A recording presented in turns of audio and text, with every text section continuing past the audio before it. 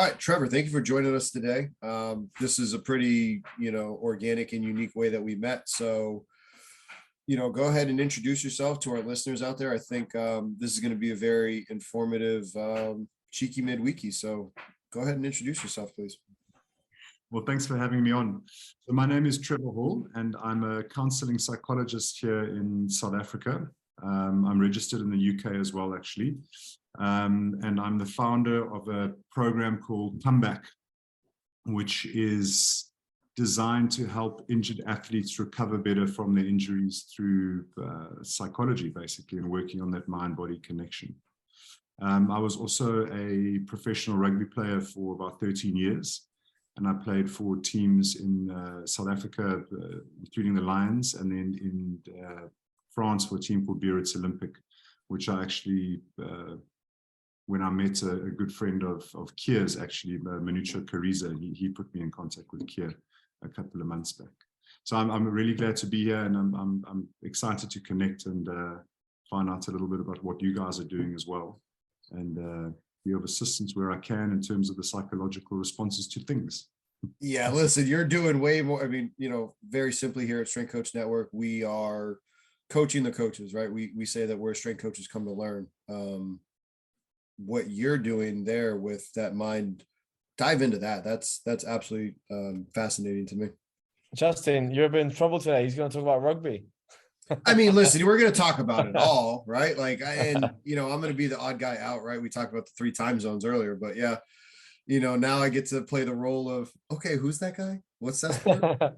Like, you talk about great teams, you have no idea what he's talking about. Nope. Yeah. So here, you guys got to do that. You got to do for me, Fernando, what I do for you, and try to equate it to sports.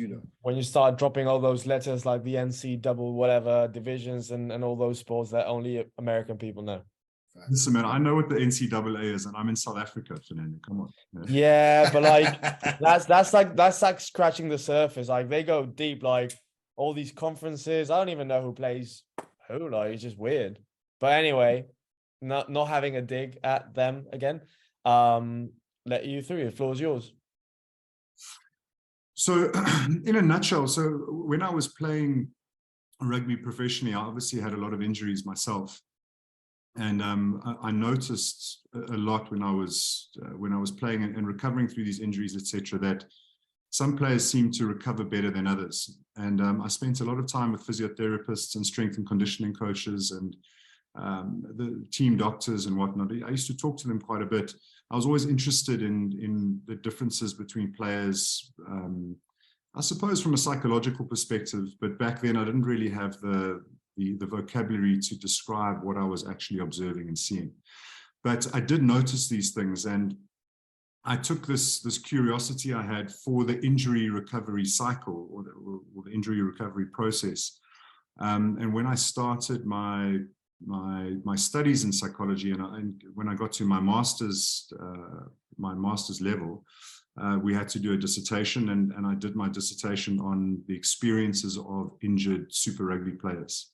It was a qualitative study, so we were just looking at what these players experience and how it plays out psychologically.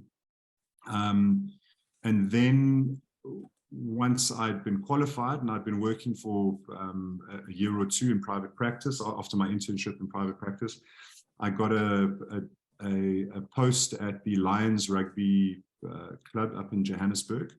And I designed and implemented a group therapeutic approach for injured professional rugby players.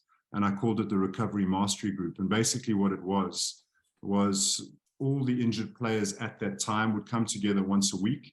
And it was based on basically skills sharing. So you'd have senior players who were injured, junior players who were injured, coming together once a week and starting to chat about what's working for them, what's not working for them, etc. But it was based on psychological principles of group therapy, which I designed it in order to basically unburden management and unburden the medical teams from the psychology that can come with the injury recovery process, if that makes sense. And it worked really well. You know, the guys started really talking to each other in these groups. It became quite a ritual. I think it was every Tuesday, if I remember. And guys responded very, very well to it. And I don't have stats, etc., at the moment, actually, you know, how effective it was in preventing re-injury and whatnot. But what it was designed to do, which was basically lessen stress associated with the injury recovery process, and to get guys a little bit more connected, it definitely achieved that. And what I did was then write up that recovery mastery group intervention. I had a paper published in the South African Journal of Sports Medicine on that particular protocol. And then, lo and behold, COVID hit, and all the consultants and whatnot from most of these teams, you know, our services weren't needed anymore. And I was thinking, you know, this whole recovery process, this whole group intervention worked so well. How can I take these principles and put it into something a lot more accessible? Yeah. I designed Comeback. So what Comeback is, it's an online program that's designed to support injured athletes, exercise enthusiasts, amateurs, weekend warrior types, anybody who's active and who's received some sort of injury, recurrent injuries as well. And it's designed to support them through 6 weeks of that injury recovery period. And it's broken up into 5 task sets. So it's a combination of information gathering in the first week of injury recovery, social connection tasks, which encourages the person to go and find people who they can talk to about very specific things that's come up through the research about the injury recovery process. And they follow these prompts, and it's, like I said, it's designed to actually make these social interactions a lot more focused and a lot more potent. Teaches them social connection skills as well. Their meditations, guided meditations, visualizations, mindfulness tracks, specific journaling prompts. And then what I like about it a lot as well is it's got these trackers. So it actually tracks their mood, pain, motivation, and sleep across the 6 weeks as well. So yeah, we launched that I think it was about 6 months ago, and it's been doing quite well. We're starting to get some nice traction. I love the word, the comeback, right? That's the great branding. And the reason I bring that up is there was, you know, something similar concept-wise at a school that I worked at prior, where it's, hey, let's take injured athletes. We understand the difficulties. Talk about some of the terminology that you use, because when, you know, I've learned when training my athletes that are recovering from something, I personally don't let them say the good or the bad. Oh, my good leg, my bad leg. No, it's you have your recovering or your non-recovering or involved or uninvolved. Just talk about the importance of words and how you go about doing that with anybody that's in the comeback or that was in your qualitative study. So I agree with you, you know, Justin, the words, I mean, obviously as a psychologist, you know, you've got to be really careful with what you say. And we work a lot, you know, through our training as psychologists and psychotherapists specifically about what words to use. And as a therapist, one becomes very sensitive to the reactions of one's patients and whatnot, you know, in terms of vocabulary use. And it's really important actually to try and pick up what words, if I'm talking psychotherapeutically, what words the patient's using, and then being able to adjust what I'm saying, what I'm trying to get through to this person in their words as well, which is it's quite a nice sort of trick to do if you want to get somebody on your side, and get buy-in from somebody is to figure out what words they're using to describe themselves, the issues that they're going through, the situation that they're in. So a lot of effort went into Comeback to try and keep the vocabulary positive through the injury recovery cycle. So we talk about injury recovery, not just injury. It's not just the injury cycle, it's the recovery cycle. For example, the recovery mastery group, you know, when I named that, I really thought about, well, what are these players actually doing? What do they want to get out of this group? They want to recover, first of all. And second of all, they want to master something. It's an opportunity, the injury cycle, to master something that perhaps you haven't thought about before. Get to know yourself a little bit better, because there's going to be confrontation, through the injury recovery cycle. So most of the vocabulary that we use is very specifically designed around understanding where you've been from the injury, what happened, what things were like even before the injury happened, what the diagnosis perhaps actually is. That's a big part of the information gathering stage. And then once you're through that, we focus very much on what does it mean to the person to recover? What is it that they want to get out of this recovery period? Where do they see themselves at the end of their recovery period? What does performance look like now, if that makes sense? So Yeah, Trevor, thinking like I've been involved in rugby quite a bit, and I think it's not necessarily due to rugby, it's just maybe a reputation of like that toughness and that boundaries and like how much they're willing to share. But have you experienced that having, or at least initially, a negative effect? Where, like say you get 3 or 4 players and they're not going through a great moment, and instead of like helping each other, it's just the other way around. So 100%, Fernando. So one of the reasons why I discovered, are you asking specifically in that recovery mastery group, or are you asking just generally outside the, within the normal protocols of team?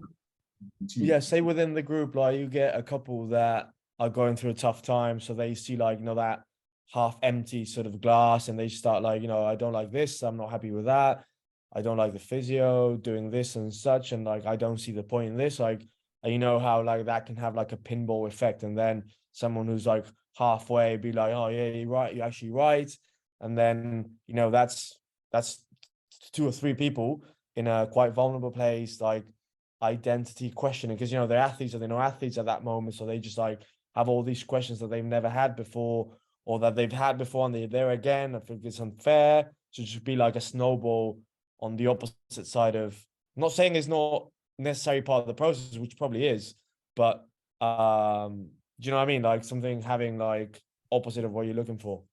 100%. So something that I discovered, well, not discovered, I observed in the teams that I played for personally, and also when I was working at the Lions, and I'm currently working with the University of Cape Town as well, running this group, and all the players who get injured, it's part of their protocol to go onto the comeback program.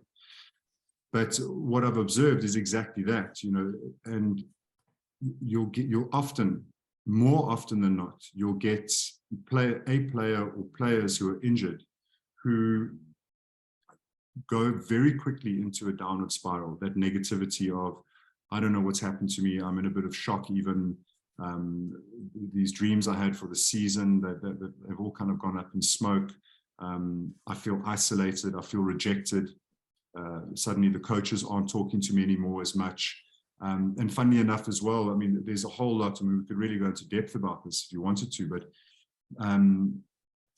I presume in American football, and other teams like baseball or any of the American sports, really, it's pretty much the same phenomenon. But in the rugby circles, the guys are incredibly superstitious. There's underlying players and coaches, all of them, yeah. All of them. There really is in any team, there's research on this, that talks about it, that any team, and especially in the professional ranks, there's this ritualistic superstition that creates this very exclusive environment. Anything outside of the walls or the confines of that team is almost it's almost mythical. It's very difficult to let things in from the outside. The team becomes an entity in itself, and within that team, you've got these superstitions that they sort of permeate through all the time in the team dynamics. And I used to, through my studies and whatnot, I remember when I was thinking about these things, I remember that at Biarritz, for example, if somebody was on crutches, nobody would go near that person. If there were crutches in the physio room, and it became a joke, but there's a lot to understand with jokes and the way we use humor, etc. But people would kind of, they'd pick up a crutch and sort of lean it against somebody, and the guy would freak out. You get rid of that thing. Like, I don't want to be anywhere near, crutches. I don't want to be anywhere near anything that represents an injury as such. And although it can be fun and games, and these superstitions sort of play through the team in that way, what happens is when players are actually injured, there can definitely be this subtle, until not so subtle, separation of that person from that team, which can be quite palpable. And one of the issues that these injured players have is that deep sense of isolation. Yep. That they almost isolate themselves. Mm-hmm. In large part because they don't want to be seen as, contaminating this entity that was there before. And if this gets left unchecked, and it often does, more often than not, it actually is left unchecked by the coaches and medical staff and whatnot, because they've got other things that they're worrying about, thinking about, and these players are left to their own devices. And like Fernando said, it takes one powerful figure who's injured in that team. And that negativity can spread faster than you could ever imagine. I mean, I'm sure you guys have seen it yourselves. So part of the comeback program, well, the recovery mastery group program, shall I say, it was designed around this phenomenon.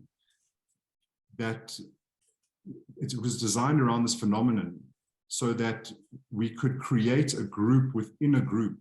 So these people who felt somewhat isolated, who felt that they were teetering on the brink of negativity, etc., they had somewhere to go, which unburdens the team management, coaches, etc., from that burden of care, because that's essentially what players are wanting when they're injured. They want the coach to come and say, how are you doing? Just one little sentence, right?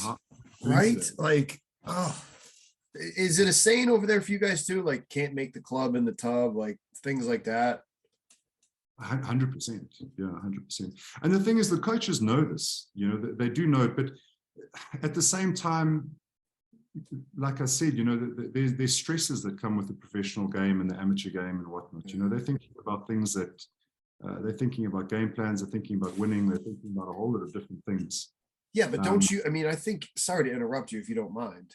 It just seems like if you would actually focus on the health of the team mentally and all of that, then the scoreboard's never guaranteed. So like, if you can just take care of the team with that, like, just hearing you talk about those things, it's like, it's going to depend coach to coach. I heard you say that, the coaches, they automatically get put in. Like, how receptive were coaches to this at first?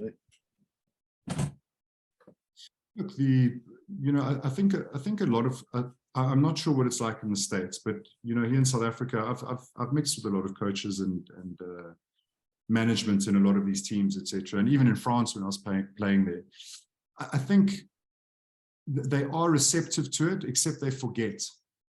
And there needs to be that kind of, that sort of constant reminder, listen, go and have a chat with so-and-so, he's looking a bit down, and just ask him how he's doing. Someone to explain to them how powerful just that one sentence is. How are you doing today?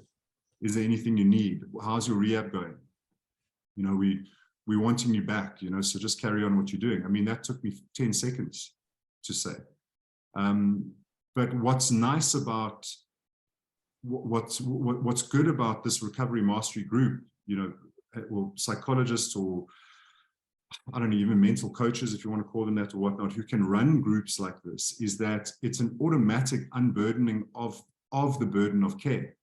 So when a protocol like this is actually in place in a team, the players see that. It's not even just the players who come into that group who start to profit from it.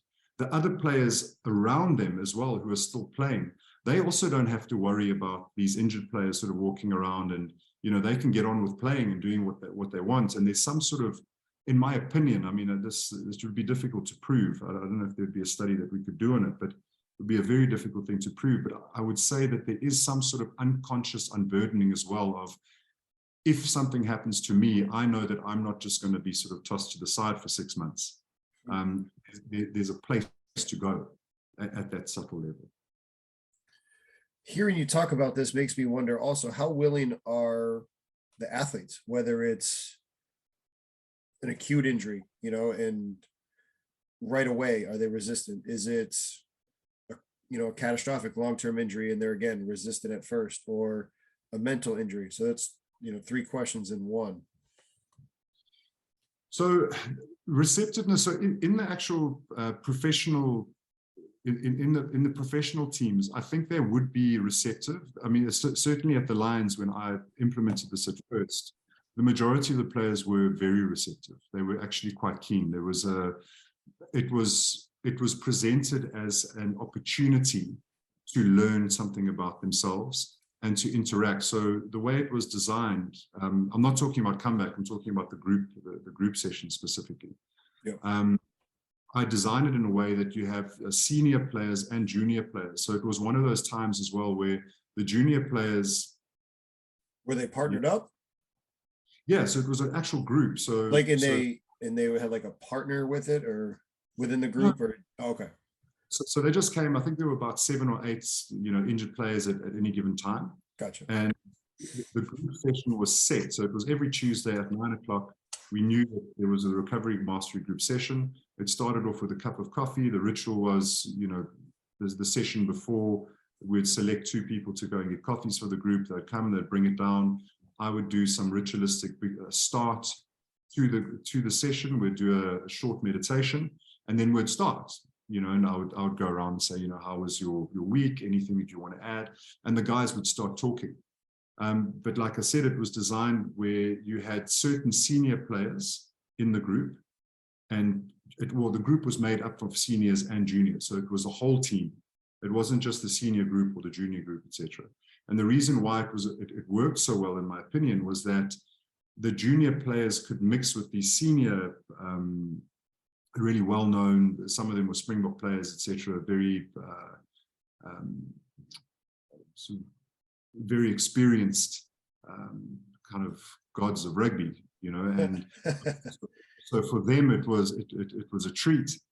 And then what I noticed was the senior players is that there was an opportunity to teach, and there was a kind of sort of altruistic bent that came through the actual group, where a lot of the senior players took pride in being able to actually share information with these juniors, etc. It was a wonderful interplay between the two. So yes, you asked me some specific questions. The majority of players who I've worked with here in South Africa are very receptive to that recovery mastery protocol. There were a few who were skeptical of it and said, no, they're not really interested. And they were more the older players who had been through injuries before. They were kind of stressed out. There were a few who were just quite skeptical of psychology in general. In South Africa, we're still quite a conservative country in a lot of ways. I think we're still very behind. If you go and see a psychologist, it's because you're crazy. It's not really for growth or anything like that. But for the most part, no, very receptive. And that's interesting that you bring up the terminology, because something that I heard from somebody was, if there's something wrong with your car, you take your car to the mechanic. Nobody makes fun of you, right? Like, you don't know how to fix your car, you go to an expert for your car. So there's something going on, with your brain, and you need some help with it, right? You would go to a mind mechanic, and trying to use that terminology for people to talk about therapists or psychiatrists, because again, like you said, words are important. How do you see the evolution of that and the receptiveness of all of it in sport? I think we're getting there. I think that you guys in the States and even in the UK, Fernando, I think are a lot further ahead than we are in South Africa still. I think that South Africa, like I said, we're still quite a conservative bunch. I think, some people would like to think we're not, but if we look at our culture generally, we're quite traditional in a lot of ways. But I think we're getting there. There are quite a few sports psychologists, or I suppose clinical psychologists and counseling psychologists, who are working in the sports realm. I'm not sure if we've actually got real sports psychology degrees yet. I think there's one qualification that you can have in actual sports psychology from the University of Pretoria. But I know in the States, for example, and in the UK, you can actually do sports psychology degrees. which focus on this, focus on sports, obviously. But no, we're getting there. My gripe with sports psychology, however, that I have, is that I still think that it's a very, very difficult thing to do, to focus on performance aspects of sport while holding the person's mental health in mind. And the reason why I say that is because most of a person's mental distress, and this is across the board, is going to come from issues to do with the self and relationships. And most of it as well, these issues of the self and relationships are going to be linked somehow to the person feeling anxiety about not being good enough, not being, basically not being good enough, if I think about that. And when we focus on performance, especially in sports, that neuroses, if I can call it that, I'm using that term loosely, can be doubled down on. Most people who come into sports, they've got some sort of drive towards excellence and performance anyway. And if they start feeling mental distress in some way, shape, or form, it's usually because they're not fulfilling some kind of performance criteria. And now, from a sports psychology perspective, if you come in and you start using sort of CBT techniques in terms of how to, block out your emotional, emotions in order to kick better or to perform better, etc., my feeling is that you can double down on those neuroses that are already there. And I'm not saying I have the solution to it, but it's a difficult place to be as a psychologist, working in sports and also, caring for somebody's mental wellness.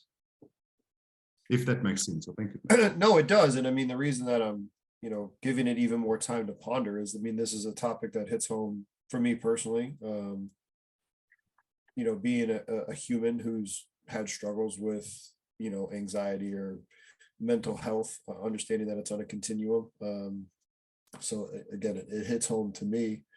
And, I'm trying to balance what you said about that dichotomy of how do you focus on performance without neglecting their mental health. And, I want to dive into that, because does it have to be, mutually exclusive, or can they coexist, and understanding the harmony of it? Like, hey, go out there, you're going to try to perform, you're going to do your best.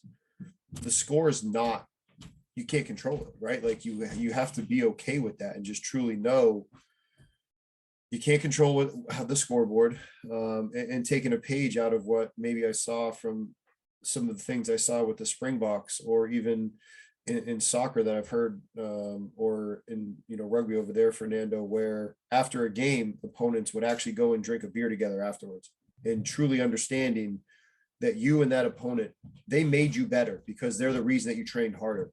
Like, I can see success on the field pairing with mental well-being if done properly. But again, I'm not a therapist, I'm not a psychiatrist. To you, who is, does that make any sense, or am I just fucking rambling? No, you're not rambling. It makes and by the way, feel free to swear, like, because it's Fernando, and Fernando has been just so bad on the podcast before, the number of swears he has. Just no, I never swear. I'm well behaved. I'll try and keep it clean. I do normally keep it clean. No, look, Justin, I think there can definitely be. Look, there can be mental wellness in sport while you're performing 100%. My point is that I think a lot of sports psychologists, as it were, I think double down on the performance aspects of the sport the person's playing, especially in team sports, while neglecting some of the issues that may come up from a personal perspective.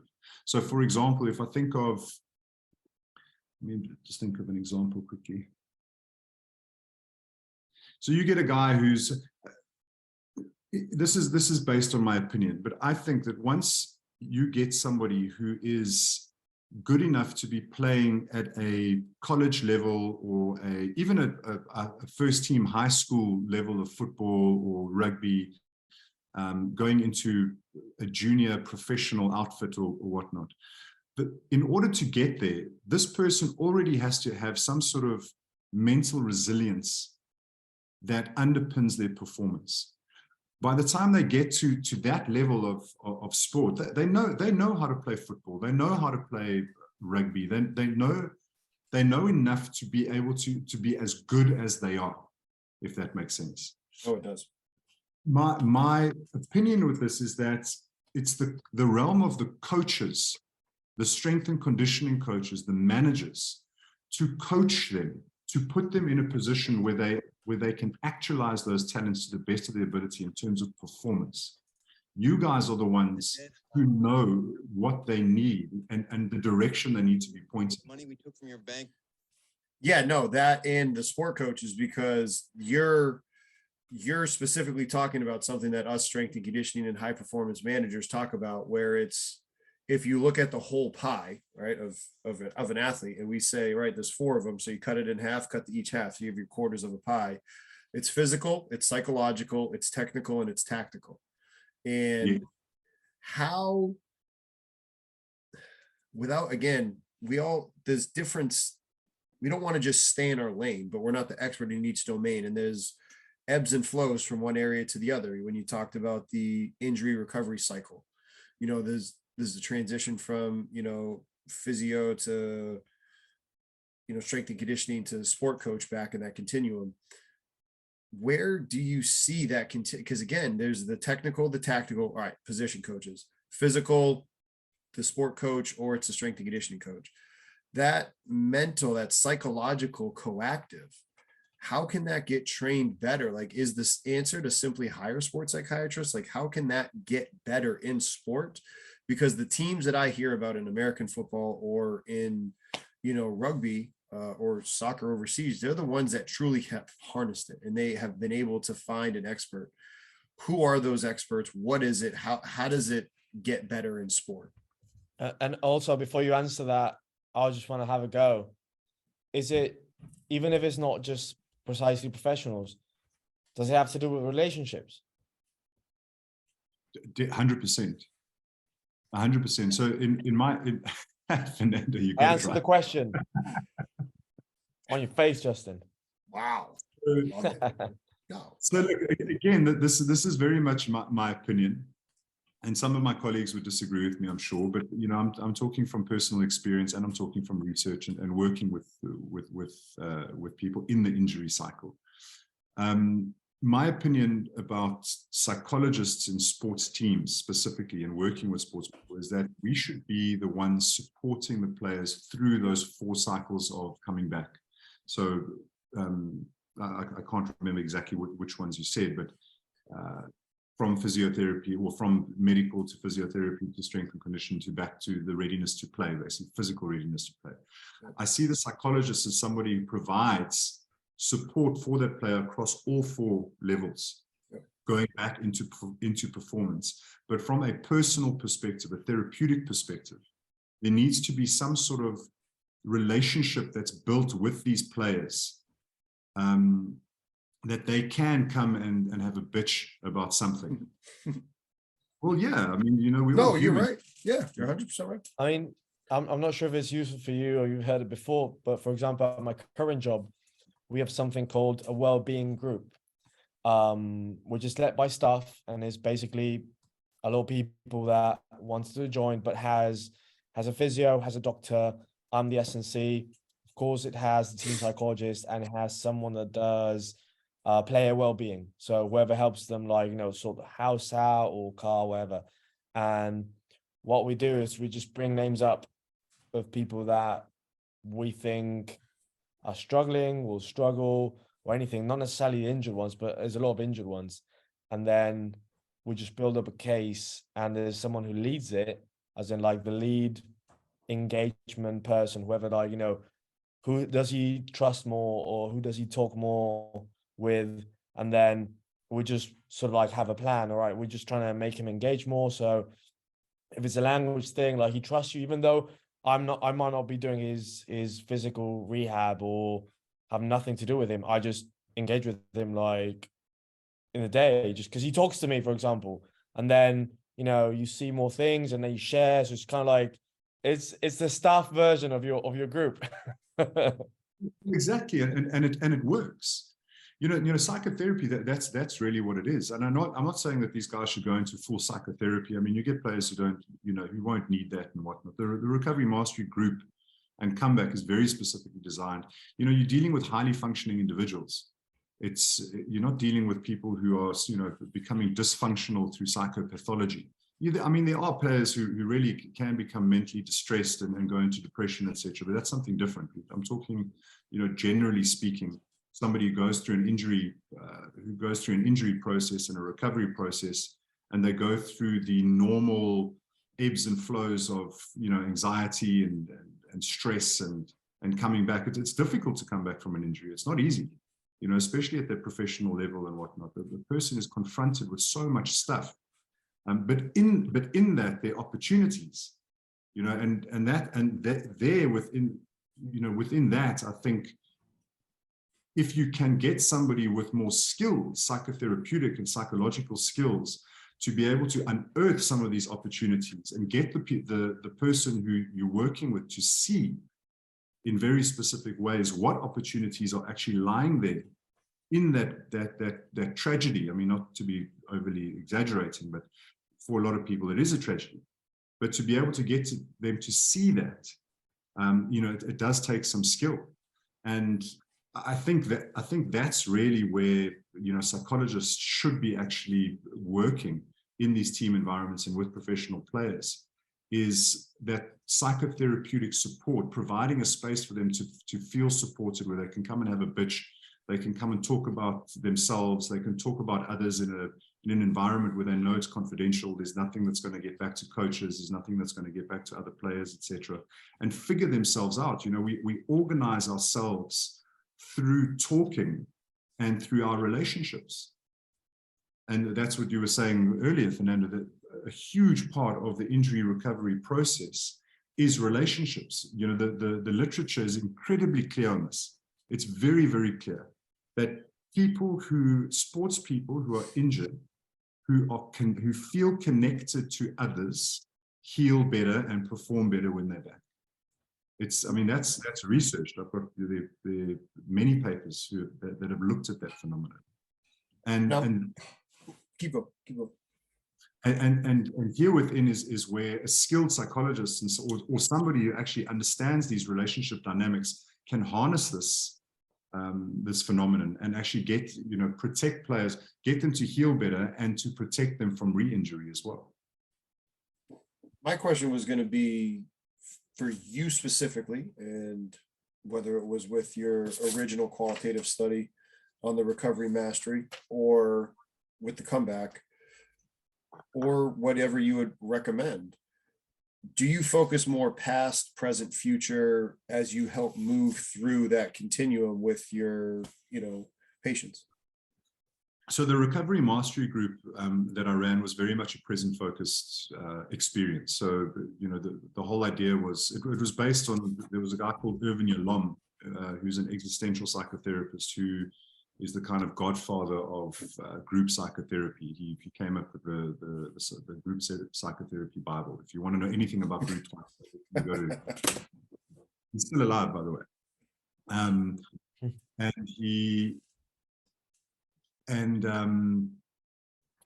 his one of his principles is to be very present focused. That's what's so cool about group therapy, is that the therapist is there just as a kind of mediator. He's a holder of space, or she's a holder of space, but it's the actual relationships that are formed between the participants in the present moment that's healing in itself. And that's something I've noticed running these groups with rugby players as well. We're all human beings, whether you're a professional sportsman, celebrity, someone just battling at work. We all have these, we share similar attributes and wants and needs, etc. And something I really noticed was when the guys start speaking, the group will start off quite sort of piecemeal. I'd say, Justin, how are you doing? How, what happened this week? And you say, yeah, I'm feeling a bit better, and this happened. And, you know, I fed my dog and I went there and I went out and so, you know, whatever it is. And then I'll go to Fernando and how was your weekend? But something will happen where someone will bring something up that's quite universal. And then somebody will ask that other person what happened, etc. And I remember the one guy who was in this group. We were talking about, I was very lucky in this one group that I was running at the Lions because there was a senior player there who was very experienced and really smart as well, and he was injured. And one of the junior guys, you know, he came up with this cockamamie scripted sort of response to something, you know, because he said that he was happy to see his the person who was playing in his position have such a good game. And this senior guy, and everyone was sort of quiet, and I responded, you know, happy? You're really happy that he's having a good game and whatnot, you know? And he said, yeah, he's really happy. And the senior guy started laughing, and he said, oh, why are you laughing? He said, you're not happy. Don't bullshit us, you know, like that. And me being the therapist obviously said, you know, is he right? Is this guy right? You know, oh, what are you feeling? And he goes, well, yeah, I'm actually a little bit jealous, if I have to be honest. And I said, okay, what does it sort of feel like to say that you're jealous in front of all of us, you know? And he goes, no, it's like a bit awkward. Like, you know, we're not allowed to feel jealous, but it's the way I'm feeling. And then this other kid, you know, sort of had this very spontaneous response where he said, jealous? Yes, I'm jealous all the time, you know, and and there was this kind of really beautiful moment where there was this spontaneous, authentic connection that happened between these people. And you could feel in the room that something had shifted, you know, something had happened. Yeah, someone had the courage to speak up finally, right? Exactly, you know, and in an authentic way, something that had been kept in, because you've got to I mean, you guys know this, you've got to put up this facade a lot of the time, you know, you're not allowed to be negative, you're not allowed to be jealous of anybody, you've got to be positive, you've got to show respect for your other, which you should do. You know, I mean, in a team environment, these things, that there's certain cultures in teams and whatnot that should be abided by for the greater good of the side. But I suppose my point is there needs to be some sort of outlet for these guys who are actually going through hell, you know, getting back to performance and whatnot. It should be provided for them, some sort of space where they can actually be genuinely authentic, you know, genuine and authentic, and get some of the stuff off their chest and be human beings, even if it's just for an hour a week, you know. And I think that goes a long way in maintaining a person's mental health and kind of protecting them from mental distress, if that makes sense. No, that makes a ton of sense. How do you handle that separation from the team? What are your strategies? Yeah, I was also going to ask him something, because like most of my experiences in rugby, but it's almost as in sometimes the team culture is that the individual self gets swiped off, you know, for the sake of the group. So you're not allowed to be an individual. And anyone who's been an athlete who's competed before knows that you can be a sub and you can be the best sub in the world and be really happy for your teammates, but you still want to play. Like, no, everyone in their own like image and dream, you don't imagine like being a sub. You imagine like lifting the cup, scoring the goal, making the tackle. So the fact that you understand that you won't be able to do that and still be a good sub and still be there for them doesn't have to come at the cost of like repressing the old, you know, saying like, this actually sucks.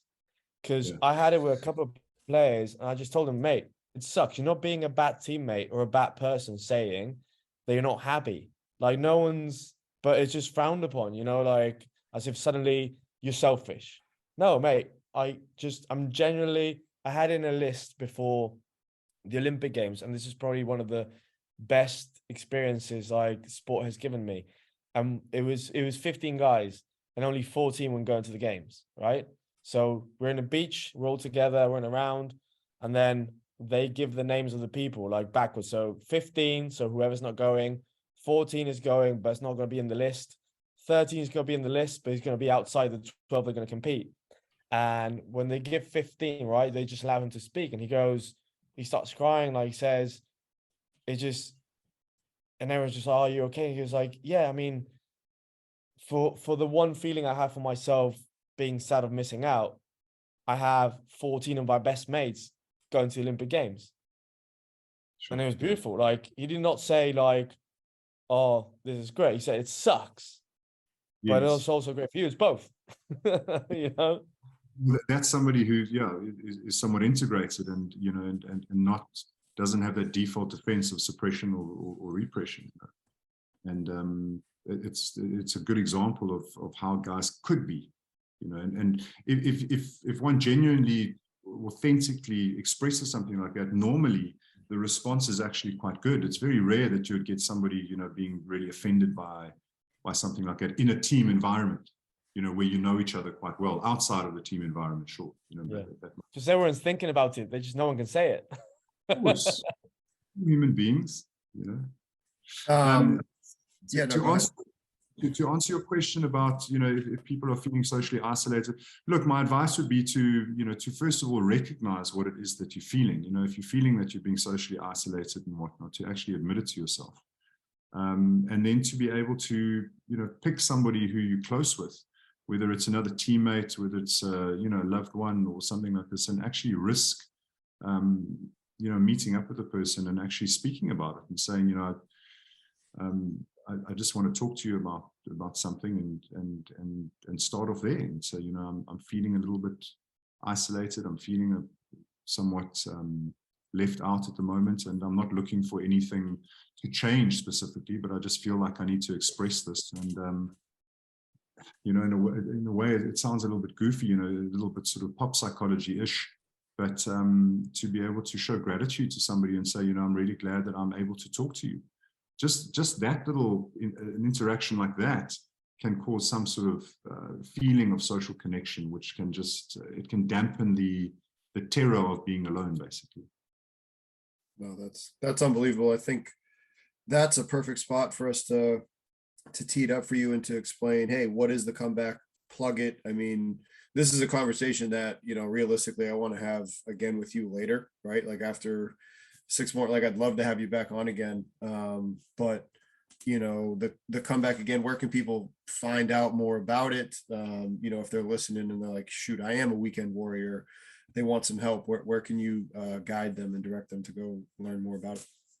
So they can find it at www.totalcomeback.com.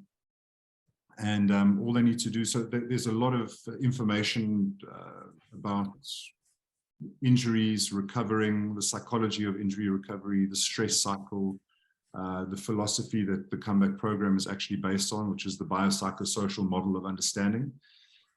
So there's a whole lot of science behind it. There are a couple of journal articles, blog posts, podcast episodes. It's all there on the actual site, so they can surf through the site and go through it. There's just loads of information about injury and recovery and just general psychology stuff as well. And then I would say, you know, anyone, especially professional athletes who are struggling, you know, coming back from their injuries, to go onto the comeback program, to sign up to it. It'll get delivered by email. As soon as you've signed up, you know, you press start, it gets delivered by email. As soon as you open the email, you go into your own personal dashboard. So it's a web application, but as soon as you're in it, you've got your own personal dashboard with your tracking graph, with all your meditations there. It's very, very easy to navigate. And you just follow the prompts, and it'll take you through step by step, day by day, exactly what the research has said about the optimal way psychologically of recovering from acute injuries, severe injuries, all of it. People with recurrent injuries as well, you know, just your kind of people sort of 30 to 50, you know, they're struggling with some recurrent injuries, you know, they feel like I often get this as well with a lot of the people who go onto the comeback program who are thinking about it and, you know, are asking me questions about it and telling me about what's happening in their situation. Something that they often say, the narrative is, I feel like my mind is too strong for my body. You know, there's some sort of disconnect between the mind and the body. You know, in South Africa, there's a big sort of triathlon contingent, and cycling and running, etc. And there are a lot of people who they'll start training or something, and then, you know, they'll pull a hamstring, or and then they'll come back and they'll go over on the ankle or something like this. And what that tells me is very often there's some sort of disconnect between the mind and the body, where they're not picking up when the body has had enough training for that day. There's that overtraining phenomenon that comes into it.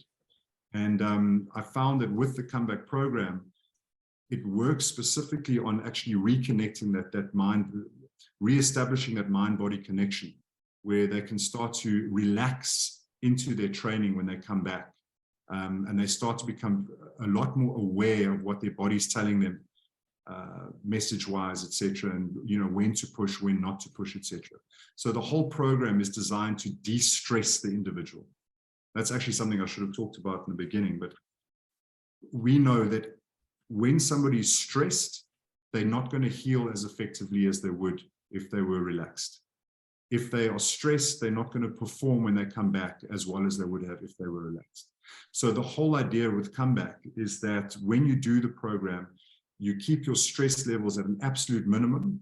You're digesting your food better, you're getting nutrients that you need, your sleep is better, you're recovering better, and you just got a general better mood, etc. When you come back, the physical healing has been supported by the psychological relaxation, if that makes sense. And that's what it's about in a nutshell. It's very simple to use. It's quite fun. I've heard that the meditations are absolutely amazing. I wrote them all. Yeah. You must love the book Why Zebras Don't Get Ulcers, don't you? I haven't read that actually. Ooh, We got a homework assignment for it. I'll do it. I'll do it. Send it to me. I'll definitely do it. Will do. Thank you very much for your time today, Trevor. We really appreciate you, coming here and dropping some knowledge on us. Thank you very much. Thank you so Yeah, much thanks. for having me. I really enjoyed it.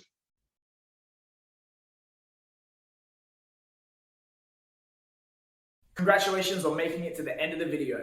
Why don't you celebrate by watching more videos just like it? You can also help us on our quest to placate the algorithm gods by liking, sharing, subscribing, and commenting. Thank you.